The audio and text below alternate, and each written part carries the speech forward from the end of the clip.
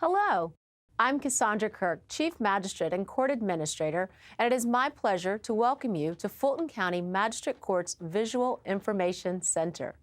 The video that follows is designed to give you a detailed view of the Magistrate Court garnishment process, whether you are the plaintiff, defendant, or the garnishee.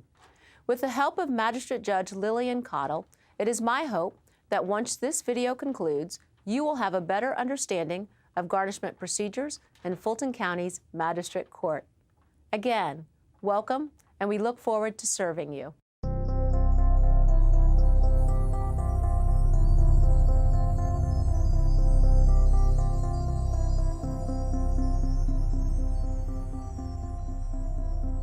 Welcome to the Fulton County Magistrate Court. This three-part video series will give you a brief overview of how garnishment cases are handled in our court. Of course, our judges and staff cannot give any legal advice. You should always seek the advice of a licensed attorney if you have any questions. Part 3, the defendant. This is the third part of our three-part garnishment video series. This segment focuses on the defendant. A garnishment action commonly seeks to attack defendant's wages and bank accounts, but other property may be garnished. If a defendant wishes to challenge the legality of a garnishment, he or she may file a claim with the court.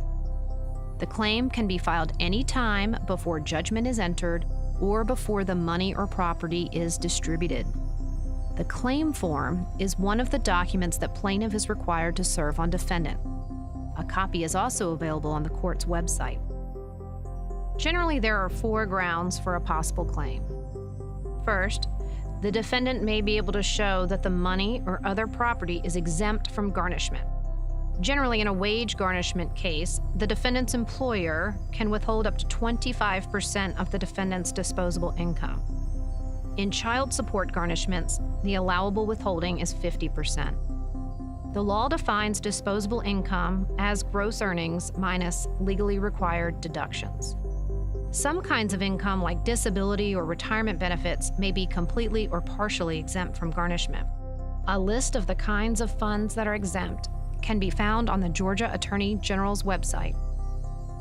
Second, a defendant may show that the plaintiff does not have a money judgment against the defendant.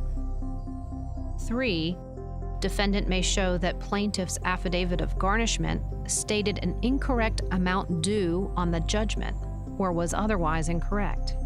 And finally, a defendant may show that a third party has a superior claim to defendant's money or property. Defendants should not use a claim form to attack the validity of the underlying judgment. For example, a defendant may not argue that the judgment on which the garnishment is based should not have issued or was an error.